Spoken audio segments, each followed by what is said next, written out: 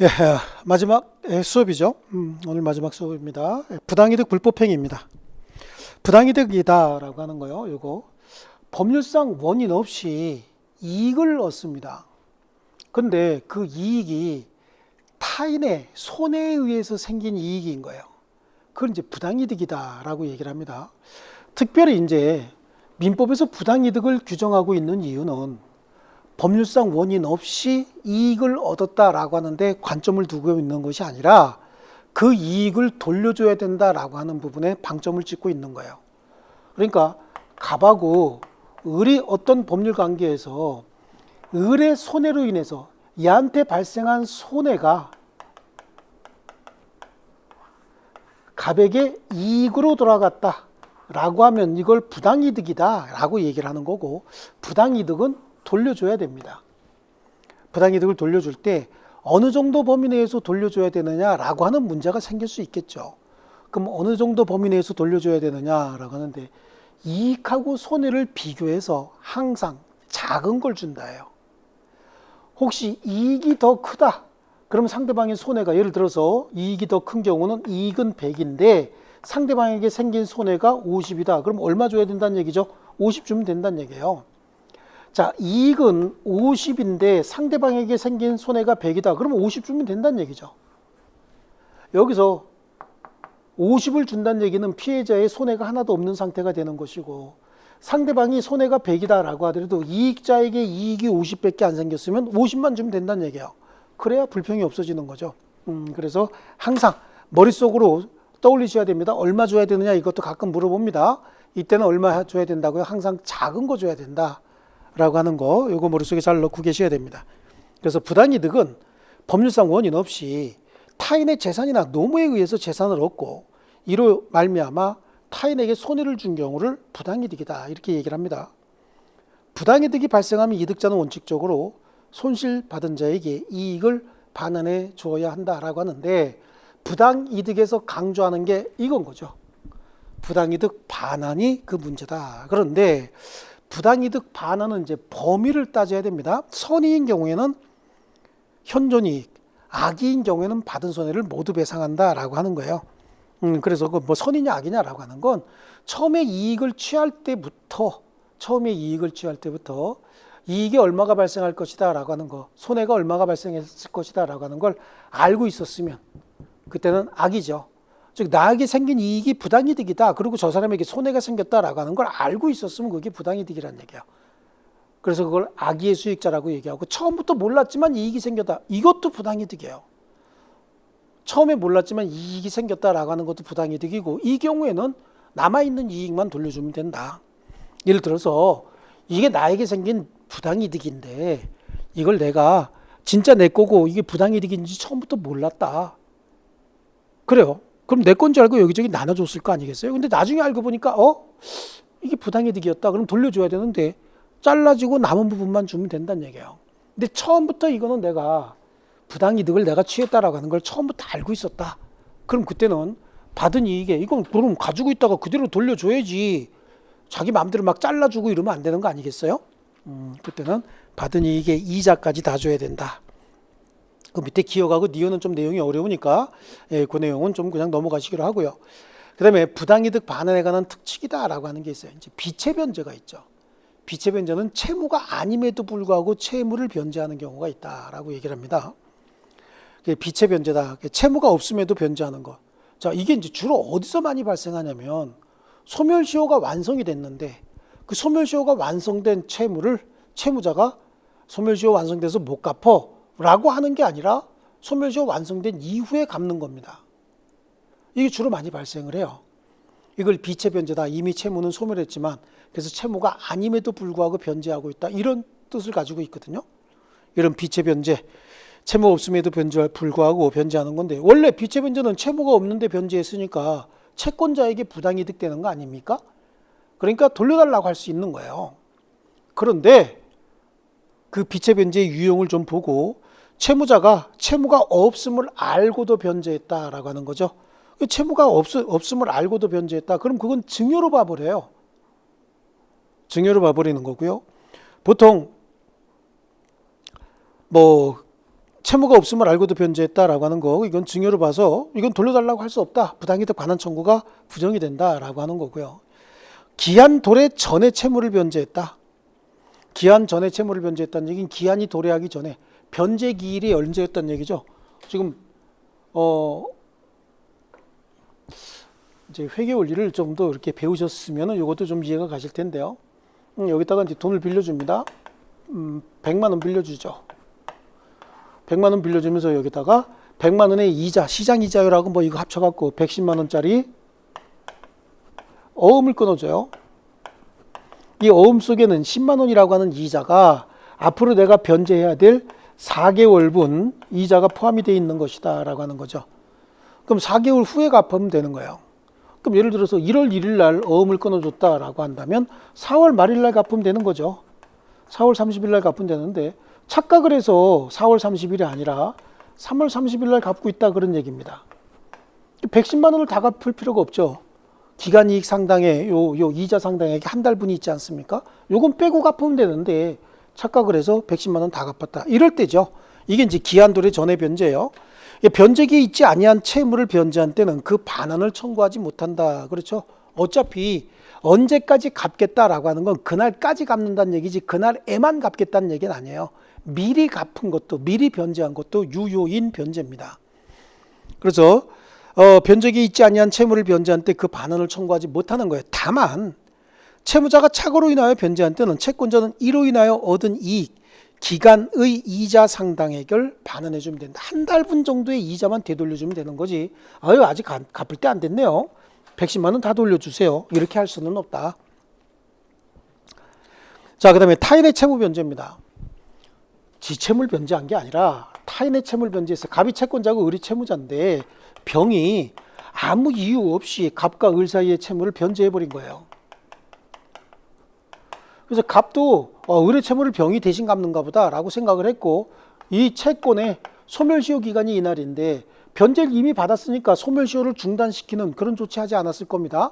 아니면 아예 얘가 가지고 있던 채권 증서 같은 걸 다 없애버렸다는 겁니다. 다 파기해버렸다는 거예요.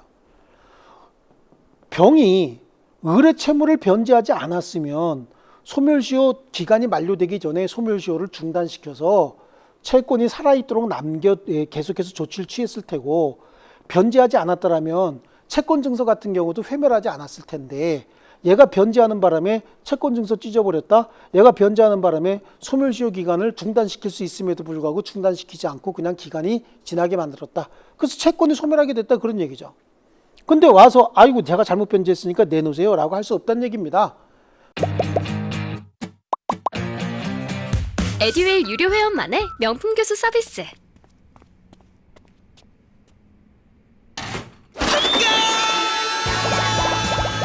합격이 쉬워지는 명품 교수님 혜택.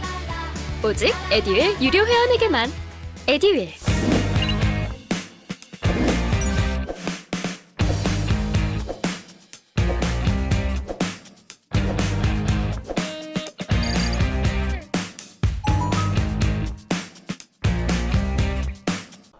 그래서 이렇게 타인의 채무를 변제했을 때는 사실은 부당이득이니까 돌려달라고 할 수 있는데 만약에 이 채권자가 증서를 전부 다 회멸시켰다든지 아니면 시효 중단의 조치를 취하지 않아서 채권이 소멸했다든지 이런 불이익이 생겼을 땐 그때는 돌려달라고 못한다는 얘기입니다. 원칙적으로는 돌려달라고 할 수 있는 거예요. 그래서 채무자가 아닌 자가 착오로 인하여 타인의 채무를 변제한 경우에 채권자가 선의로 증서를 회멸하거나 담보를 포기하거나 시효로 인하여 채권을 잃은 때는 그 변제자는 반환을 청구하지 못한다라고 하는 거예요. 그래서 이거 돌려달라고 하지 못한다.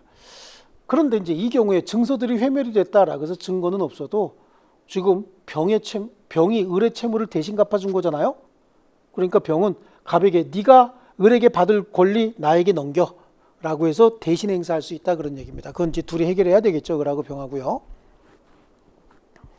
이렇게 채무자가 아닌 자가 타인의 채무를 변제한 경우에 변제자는 채무자에 대하여 구상권을 행사할 수 있다라고 하는 거고 불법 원인급여죠. 불법의 원인으로 인하여 재산을 급여하거나 노무를 제공한 때는 그 이익의 반환을 청구하지 못한다. 원래 부당이득이다라고 하는 건 그 이익의 반환이 핵심이라고 얘기를 했잖아요. 이익 반환이 핵심인데 혹시 그 부당이득이 불법원인급여로 인해서 생겼다. 우리 103조 104조 하면서 설명을 드렸죠. 불법원인급여는 그 이익의 반환을 청구하지 못하도록 돼 있어요. 그래서 이게 만약에 불법원인급여였다라고 한다면 또 돌려달라고 하지 못한다. 즉 우리가 뭐 첩 얘기하시면 굉장히 싫어하시는 분들이 있는데 가장 많이 뭐 사례로 나오는 게 그 부분이니까 좀 얘기를 합니다. 뭐 첩에게 뭐 첩계약의 대가로서 뭔가 사주거나 뭐 이렇게 호의를 베풀어서 이것저것 사줬다라고 하는 거, 이거 첩관계가 끝나도 못 돌려받는다, 그런 얘기입니다. 불법원인급여. 또 뭐 노름 있죠. 뭐 노름장에서 노름빚 뭐 제공해줬다, 빌려줬다, 이거 못 돌려받는다는 얘기입니다. 불법원인급여는 그 상환을 청구하지 못하는데, 불법의 원인이 한 사람에게만 있는 경우에는 그러하지 아니하다. 이건 이제 우리 104조에서 공부할 건데요. 뭐 그냥 불법원인급여는 원래 돌려받지 못하는데, 둘 다 똑같이 불법행위했을 때는 둘 다 못 돌려받지만, 한 사람은 불법행위했고 한 사람은 피해자다. 그럼 그땐 돌려받을 수 있다. 또 이렇게 접근하시는 거죠. 이제 이 부당이득이었고요. 그 다음에 이제 불법행위죠. 자, 불법행위는 고의 또는 과실에 의한 위법행위로 제3자에게 재산상 또는 신체상 손해를 가하게 되면 그걸 불법행위다라고 얘기를 합니다. 이 불법행위라고 하는 게 성립하기 위해서는 일단은 고의나 과실이 있어야 되는 거죠. 고의나 과실에 의해서 생긴 게 위법행위가 됐다. 이 행위는 위법한 것이고요. 고의나 과실에 의한 위법행위로 다른 사람에게 뭘 발생시켰다고요? 손해를 발생시켰다라고 하는 겁니다. 이때 이 손해는 재산상 손해, 신체상 손해, 정신상 손해, 이런 것들도 다 포함하겠다는 거죠. 특히 이제 이 정신상 손해 이런 것들은 이제 위자료라고 많이 하죠. 위자료라고도 많이 하는데 뭐 이런 것들 다. 그럼 이런 경우에 이 손해 어떻게 할 거냐? 손해배상해 줘야 된다, 그런 얘기예요. 그래서 거기 불법행위는 행위자의 고의 또는 과실에 의한 위법행위로 타인에게 손해를 가했다. 손해배상 청구권의 중요한 원인이 된다라고 하는 거고요. 불법행위로 인해서 생긴 손해는 가해자가 배상해야 됩니다. 근데 재산상 손해 말고 재산 이외의 손해, 신체나 정신상 손해에 대해서도 어떻게 할 것이냐? 배상해 줘야 된다는 얘기예요. 타인의 신체, 자유, 명예를 해하거나 기타 정신상 고통을 가한 자는 재산 이외의 손해에 대해서도 배상할 책임이 있다. 미성년자의 책임 능력이에요. 미성년자가 타인에게 손해를 가한 경우에, 여기 좀 미성년자네요. 미성년자가 타인에게 손해를 가했다. 그런데 그 미성년자가 그 행위할 당시에 너무 어렸다는 얘기예요. 그래서 그 행위에 책임을 변식할 지능이 없다. 그럼 너무 많이 어린애죠. 이 경우에는 배상 책임이 없어요. 그 미성년자가 배상 책임이 없으면 그 미성년자를 보호할 또는 감독할 의무 있는 자 또는 현장에서 감독하고 있던 자가 배상을 해줘야 된다. 그럼 미성년자의 감독할 의무 있는 자, 보호 감독할 의무 있는 자는 친권자일 테고, 혹시 학교에 보낸 상태에서 초등학교 1학년짜리를 선생님이 소풍 데리고 나갔다가 그런 일이 생겼다. 그럼 그때는 선생님이 책임져야 된다, 그런 얘기죠. 그래서 책임을 변식할 지능이 없을 때는 배상할 책임이 없다. 그 다음에 사용자 책임이요.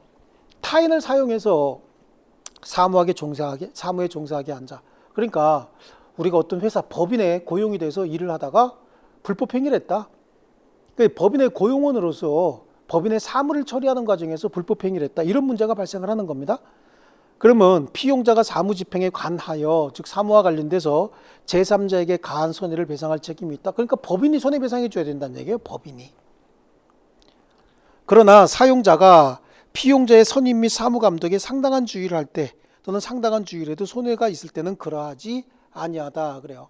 그래서 사용자로서 책임을 다했는데도 불법행위가 발생을 했다. 그럼 사용자로서 할 거 다 했으니까 그럼 과실이 없는 거 아니냐? 그럼 손해배상할 의무가 없다는 얘기고, 사용자에 가름하여 그 사무를 감독하는 자도 손해배상 책임이 있다. 여기서 그러니까 법인이 손해배상을 해야 되는데 그 법인이 손해배상을 하지 못하니까 사실상은 그 사장님이 있죠. 대표자. 그러니까 사용자에 가름해서 사무를 감독하는 자가 대표자 아닙니까? 아니면 지사 같으면 지사장이겠죠. 지사장. 뭐 부서장 이런 사람이 될 테고, 사용자에 가름하여 사무를 감독하는 자도 손해배상 책임이 있다. 그리고 사용자 감독자가 피해자에게 손해배상한 경우에는 그 행위를 직접 한 피용자에게, 직원에게 구상권도 행사할 수 있다. 이게 도급인의 책임이죠. 도급인은 수급인이 그 일에 관하여 제3자에게 가한 손해를 배상할 책임이 원래는 없다요. 왜냐하면 도급이라고 하는 게 우리 잠깐 봤지만 갑이 을에게 야, 내 땅에다가 건물이 하나 필요한데 그랬더니 얘가 그럼 내가 일을 완성해 줄게. 그러면 일을 완성하는 책임은 수급인에게 있는 거예요. 그러니까 수급인이 일을 완성하는 과정에 제3자에게 손해를 가했다라고 해서 도급인이 책임지는 건 아닙니다. 원칙은 아니에요. 원칙은 아닌데 도급 또는 지시에 관하여 도급인에게 중대한 과실이 있을 때는 또 책임지라고 하는 겁니다. 그러니까 결국은 네가 알아서 네 책임으로 완성을 해라 라고 한 게 아니라 중간중간에 자꾸만 개입을 했죠. 개입을 해서 참견을 하고 하다가 그러는 과정에서 지시가 잘못되는 바람에 제3자에게 손해를 가하게 됐다. 그럼 당연히 그건 책임주의죠. 그래서 도급 또는 지시에 관하여 도급인에게 중대한 과실이 있을 때는 그러하지 아니하다. 좋고요. 동작물의 점유자 또는 소유자 책임이요. 공작물의 설치, 수목의 제식 또는 보존의 하자로 인해서 타인에게 손해를 가한 때 그래요. 공작물을 어디다 설치해 놨네요. 그러면 공작물의 점유자가 손해를 배상할 책임이 있다. 그러니까 유지보수 관리하고 있는 자가 공작물을 잘못해서 관리해서 손해가 생겼다. 그러면 그때는 일단은 현재 점유하고 있는 자, 유지보수 관리하고 있는 자가 책임을 져야 된다는 얘기예요. 그런데 그 유지보수 관리하고 있는 자가 최선을 다해서 관리했고 필요한 주의를 충분히 했음에도 불구하고 생길 수밖에 없었다. 그럼 공작물 자체에 어떤 하자가 있다는 얘기죠. 그럼 그때 그 소유자가 손해를 배상할 책임이 있다. 요거는 순서 잘 아셔야 돼요. 아무리 유명하시더라도 저랑 공부 스타일이 안 맞으면 그냥 안 맞더라고요. 애들 유료회원이면 교수님들을 고를 수 있으니까 과목별로 나만의 드림팀을 만든 느낌? 저랑 꼭 맞는 교수님을 선택할 수 있었던 게 합격 비법이었던 것 같아요. 공작물 설치, 보존 등의 하자로 인하여 손해가 생겼다. 그러니까 설치, 보존 등의 하자로 인해서 손해가 생겼다. 그럼 현재 유지보수 관리하고 있는 자가 먼저 책임진다. 점유자가 먼저 책임지는데 점유자가 유지보수 관리에 충분한 주의를 했음에도 불구하고 손해가 생겼다는 얘기는 유지보수 관리 책임이 아니란 얘기죠. 그렇다고 한다면 그 물건의 소유자가 책임져야 된다. 손해를 배상할 책임이 있다라고 하는 거고, 점유자 또는 소유자가 손해를 배상한 경우에 점유자 또는 소유자는 그 손해의 원인을 제공한 자에게 구상권 행사할 수 있다. 자, 그 다음에 동물의 점유자 책임이에요. 동물의 점유자는 그 동물이 타인에게 가한 손해를 배상할 책임이 있다. 동물의 점유자는 현재 동물을 끈잡고 다니는 사람 얘기하는 거예요. 개를 끌고 다닐 때는 개 입마개 해야죠. 물론 소유자가 있을 거예요. 있겠지만 동물 같은 경우에 끌고 다니면서 또는 보호하면서 주의 의무는 현재 보호하고 있는 자가 주의해야지 소유자가 멀리 있는데 소유자가 주의할 수는 없지 않습니까? 그래서 동물의 점유자는 그 동물이 타인에게 가한 손해를 배상할 책임이 있다. 그러나 동물의 종류와 성질에 따라서 보호관에 상당한 주의를 해태하지 않았다. 그렇다고 한다면 그러지 아니하다. 그러니까 결국은 동물의 주의, 보호 관리를 충분히 했음에도 불구하고 사고가 생겼다. 이거는 보호 관리 책임이 아니다. 그런 얘기겠죠. 그럼 그때는 누가? 그때는 소유자가 책임을 져야 된다. 자, 그다음에 점유자에 가름하여 동물을 보관한 자도 배상 책임이 있다. 그다음에 명예훼손의 경우에 특칙이다라고 하는데요. 타인의 명예를 훼손한 자에 대하여 법원은 피해자 청구에 의하여 손해배상에 가름하거나 손해배상과 함께 명예회복에 적당한 처분을 명할 수 있다라고 하는 거죠. 그러니까 결국은 정신상 손해 같은 경우 이런 거 얘기를 하는 거예요. 명예를 해쳤다 그런 얘기죠. 그럼 이때는 당연히 손해배상은 해줘야 되죠. 그리고 명예를 해치는데 명예회복에 필요한 적당한 조치를 취하도록 할 수 있다. 이때 그 적당한 조치가 뭐가 되느냐? 과거에는 막 사죄 광고 싫게 하고 그랬거든요.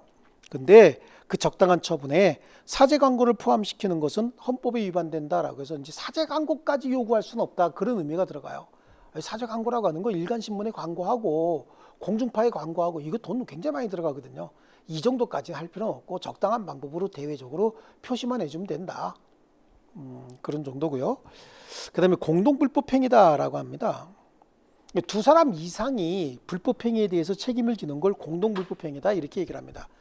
불법행위는 이미 발생했는데 그 불법행위에 대한 책임이 두 사람 이상에게 있다. 그때 발생하는 게 공동불법행위입니다. 그래서 수인이 공동의 불법행위로 타인에게 손해를 가했다면 당연히 연대에서 손해배상 책임이 있죠. 그런데 공동이 아닌 수인의 행위 중 어떤 자의 행위가 손해를 가한 것인지 알 수 없을 때, 그러니까 두 사람 이상의 불법행위자가 있는데 둘이 공동으로 한 것이 아니라 둘 중에 한 사람이 했는데 누가 했는지 모른다는 얘기예요. 이게 형법에서는 이런 경우에 둘 다 무죄 추정의 원리가 적용이 되는데 민법에서는 둘이 같이 한 걸로 그냥 같이 책임지도록 하는 거예요. 여기 이제 형법하고 민법의 어떤 차이가 좀 있는 거고요. 피용자와 제3자가 공동 불법행위로 피해자에게 손해를 가하여 그 손해배상 책임을 부담하는 경우에 피용자와 제3자는 공동 불법행위자로서 서로 부진적 연대 책임 관계에 있다. 그래요. 피용자와 제3자가 공동으로 제3자에게 피해자에게 손해를 가했대. 그럼 이것도 공동 불법행위잖아요. 그럼 얘네들은 같이 책임지는데 연대 책임이에요. 연대 책임. 진정 연대다 부진적 연대다라고 하는 건 나중에 우리 내부적인 구상권의 문제가 생기는 거니까 나중에 알기로 하고, 어쨌든 둘이 공동으로 불법행위했다는 얘기는 둘이 연대해서, 진정 연대는 아니다라고 하더라도 연대해서 같이 책임져야 된다는 얘기예요. 부진적 연대다라고 하는 거 이거는 우리 지금 알 필요 없습니다. 피해자가 보상받는 범위 내에서는 부진정이든 진정이든 똑같기 때문에 일단은 뭐 연대해서 같이 책임진다라고 하는 거고요. 사용자가 피용자와 제3자의 책임 비율에 의해서 정해진 피용자 부담 부분을 초과해서 피해자에게 배상한 경우에 그 제3자에 대해서도 구상권을 행사할 수 있다. 그렇죠. 뭐 이건 내용이 조금 너무 구체적인 내용이에요. 그러니까 갑하고 을이 제3자 A에게 불법행위했다는 얘기예요. 불법행위에서 얘한테 손해가 발생을 했다. 근데 갑은 또 병이라고 하는 회사의 직원이다. 그래서 병이 직무를 수행하는 과정에서 을과 같이 공동불법행위에 의해서 A에게 손해를 끼쳤는데 이 경우에 갑의 행위가 직무와 관련된 행위다라고 한다면 그 사용자인 병도 같이 책임져야 될 거 아니겠어요? 근데 둘이 이제 부담 비율이 100만 원이 발생한 손해 중에서 50만 원씩 분담해야 된다. 그런데 병이 여기다가 100만 원을 다 갚아버렸다.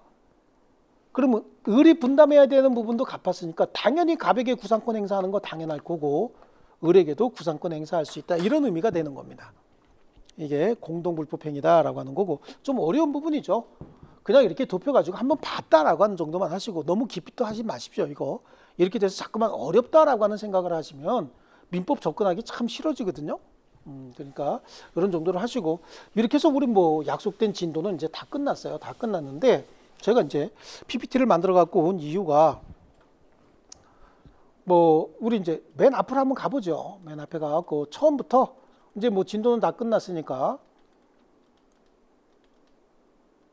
자 우리 처음부터 한번 훑어보겠습니다. 이게 이제 첫날 첫 페이지였죠. 첫날 첫 페이지에 법은 로마 시대 이후에 공법하고 사법으로 이렇게 나눠진다. 공법은 공공질서 및 사회 안정을 목적으로 국가가 국민을 규제하기 위한 법이다. 국가가 국민을 규제한다? 이게 되게 웃기는 거예요. 국가가 어떻게 국민을 규제합니까? 국민이 더 상위 개념인데. 그런데 공공질서 및 사회 안정이라고 하는 어떤 목적에 의해서 사회 공공의 목적에 의해서 규제할 수 있는데 규제하려면 반드시 뭐가 있어야 된다는 얘기죠? 법률 규정이 있어야 된다는 얘기예요. 법률 규정이 없는데도 국가가 국민의 기본권을 침해하고 규제한다라고 한다면 이게 뭐가 되는 거죠? 이게 뭐 일명 얘기하는 독재다 뭐 이렇게 되는 거죠. 뭐 정치적인 얘기는 더 깊이 안 할 거고요. 그 다음에 이제 사법은 뭐냐? 개인과 개인이 거래할 때 적용하기 위한 법인 거예요. 사법은요. 사적 자치 및 재산권 보장이 그 핵심인 거예요. 사적 자치 및 재산권 보장을 하기 위해서 사법이 필요한데 개인과 개인이 거래하면 뭘 거래할까라고 하는 거죠. 뭘 거래할까요, 여러분요? 재산을 거래할 겁니다. 재산. 그러면 갑의 재산을 을과 을의 재산을 갑과 거래할 건지 말 건지라고 하는 건 누가? 그렇죠. 개인의 자유의사가 가장 중요한 것이다. 그리고 개인의 자유의사가 최대한 보장이 된다라고 하더라도 그러한 거래가 선량한 풍속 기타 사회 질서를 위반해서는 안 된다라고 하는 의미를 가지고 있는 거예요. 그럼 이 사법, 개인과 개인이 재산을 거래할 때 필요한 법으로서 사법은 가장 사법 중에 일반적인 법이 민법이다 그런 얘기죠.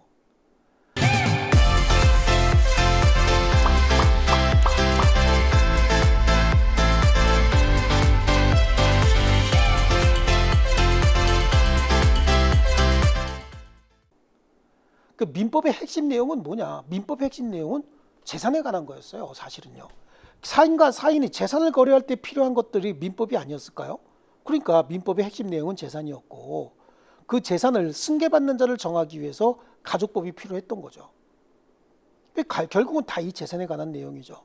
그럼 재산의 종류가 과거에는 뭐 사람도 재산이었죠. 노예라고 또는 뭐 노비다 뭐 이런 얘기, 종 뭐 이런 얘기하면서 재산이었지만 지금 현대 사회에서는 사람은 무조건 권리의 주체지 권리의 객체가 될 수 없고 전 세계적으로 물건에 대한 배타적 지배권으로서 물권, 사람에 대한 급부 청구권으로서 채권 이것들을 재산으로 보고 있어요.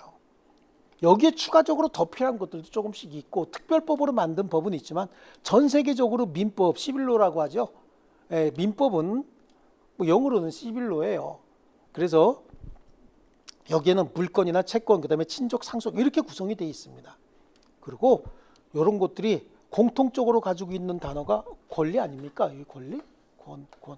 여기도 친족이나 상속도 결국은 재산권을 승계받기 위해서 친족의 범위를 정해주는 거고 재산권을 승계받을 때 그 범위는 얼마나 되느냐라고 하는 걸 정하기 위해서 상속이에요. 그러니까 이 안에도 결국은 권리자가 들어가 있는 거예요. 이것들만 공통으로 모아서 해놓은 게 뭐라는 얘기죠? 총칙이다라고 하는 겁니다. 총칙은 구체적인 내용이 그럼 뭐가 될까요? 총칙의 구체적인 내용은 아마 권리가 될 겁니다. 그래서 이제 총칙부터 이제 한번 이렇게 보자. 그래서 총칙을 뭐 민법만 이렇게 딱 띄워놓고 보니까 민법은 이렇게 구성이 돼 있다. 좀 더 구체적으로 띄워서 보고 있는 거고요. 그래서 뭐 민법 총칙을 별도로 보자. 민법 총칙은 크게 통칙과 권리. 그래서 이 통칙이라고 하는 건 다음 페이지 보시면 민법 제1조와 민법 제2조. 그래서 민사에 관하여 법률의 규정이 없으면 관습법에 의하고 관습법이 없으면 조리에 의한다라고 하는 거예요. 그러니까 민사와 관련돼서 소송이 생기면 그 전에 거 이렇게 보시면요. 여기 물권, 채권, 친족, 상속 모든 법률 관계에 있어서 소송이 생기면 제일 먼저 법률의 규정이 없으면 관습법, 관습법이 없으면 조리에 의한다라고 하는 이 법원에 따라서 법원에 따라서 재판이 이루어져야 되고요. 이러한 재산권 행사할 때는 신의에 쫓아 성실해야 된다. 그래서 권리 행사와 의무 이행은 신의에 쫓아 성실해야 되고 권리는 남용하지 못한다. 이런 내용이 들어가 있죠. 그래서 통칙을 공부하고 그 다음에 이제 권리에 관한 내용 아니겠습니까? 그래서 이제 권리는 권리의 주체가 누구고 그래서 권리의 주체는 자연인과 법인, 인이었잖아요. 권리의 객체는 물건, 권리 변동은 권리의 발생, 변경, 소멸이라 그래서 그 원인을 두 개로 나눴죠. 뒤에 이제 하나씩 나와요. 그래서 권리의 주체는 이인이다. 그래서 자연인과 법인, 자연인은 생존한 동안, 법인은 그 설립해서 운용하는 동안 권리와 의무의 주체가 된다라고 하는 거고 좀 더 자연인 쪽으로 들어가면 자연인의 권리 능력, 생존한 동안 태아의 권리 능력, 제한 능력자 제도, 그래서 미성년자, 피성년 우견인, 피한정 우견인, 주소와 부재자 제도, 부재자 제도는 부재자 자신을 돕기 위한 제도고 실종 선고 제도는 생사가 불분명한 자를 돕기 위한 제도가 아니라 잔존 배우자나 기타 이해관계인을 돕기 위한 제도다라고 하는 거예요. 이거 이제 공부했죠. 그다음에 법인이에요. 법인의 성립 과정, 법인의 활동 과정에서 이사의 활동, 그다음에 법인의 해산 및 청산할 때 청산 과정, 그다음에 비법인 사단, 우리 입주자 대표회의와 같은 비법인 사단, 뭐 이런 쪽으로 공부를 했고요. 그다음에 권리의 객체에 관해서는 권리 주체 금방 끝난 거고요. 권리 객체에 관해서는 물건에 관해서 공부했어요. 왜냐하면 물권의 객체도 물건이고 채권의 객체도 급부 청구권인데 급부의 핵심 내용이 뭘까요? 그게 아마 물건일 거예요. 그다음에 친족 상속도 마찬가지죠. 친족 상속도 결국은 공통이 되는 건 뭐야? 물건에 대한 권리 때문에 그런 것이죠. 그 상속이 되는 겁니다. 그래서 물건에 관해서 물건을 이제 분류할 때는 뭐 부동산과 물건을 분류할 때요. 구성 형태에 따라서 강학상 분류, 민법상 분류라고 하는데 민법상 분류만 공부했어요. 구성 형태에 따라서 단일물, 합성물, 집합물 뭐 이런 것들이 있습니다. 강의 학문상 분류에 따라서 무슨 뭐 금제물이네 뭐 이런 거요. 예. 공용물이네 공공용물이네 뭐 이런 것들 나오는데요. 그거 다 중요한 게 아니고 여기 중요한 거죠. 그다음에 한 게요. 권리의 변동이었죠. 권리의 변동은 법률의 그 원인이 법률 행위와 법률 규정으로 나눠지고 핵심이 이거 법률 행위였었어요. 그래서 법률 행위에 의할 때는 법률 행위는 9가지 분류 방식이 있는데 그 중에서 제일 중요한 게 뭐 의사표시 수와 방향에 따라서 뭐 분류하는 거 하고 그 작용에 따라서 분류하는 거 하고 이런 거 있는데 그거 한 3개 정도, 9개 정도 내지 11개 정도 분류 방식이 있어요. 선생들마다. 그 중에서 3개 정도만 좀 보시면 되고 법률행위 요건은 법률행위 성립에서 효력이 발생하는 거 이런 거 얘기하는 거고 뭐 도박 채무라든지 이런 것과 관련된 뭐 첩계약 관련된 반사회적 행위 그다음에 법률행위의 효력이다라고 하는 거요. 성립했으면 효력이 발생해야 되겠죠. 예, 그다음에요. 그 효력 발생 시기는 언제냐? 효력이 발생하려면 어떻게 해야 되냐? 도달해야 된다. 뭐 이런 거 공부했을 거고요. 법률행위 대리, 직접적으로 법률행위 하지 못할 때. 예, 그다음에요. 법률행위는 성립했지만 효력이 발생하지 않는다. 무효. 법률행위 성립했지만 그래서 유효지만 나중에 취소에 의해서 효력을 소멸시킬 수 있다. 또 취소가 있죠. 그다음에 법률행위 부관. 법률행위 덧붙이는 부관이다라고 해서 조건과 기한 이거 했고요.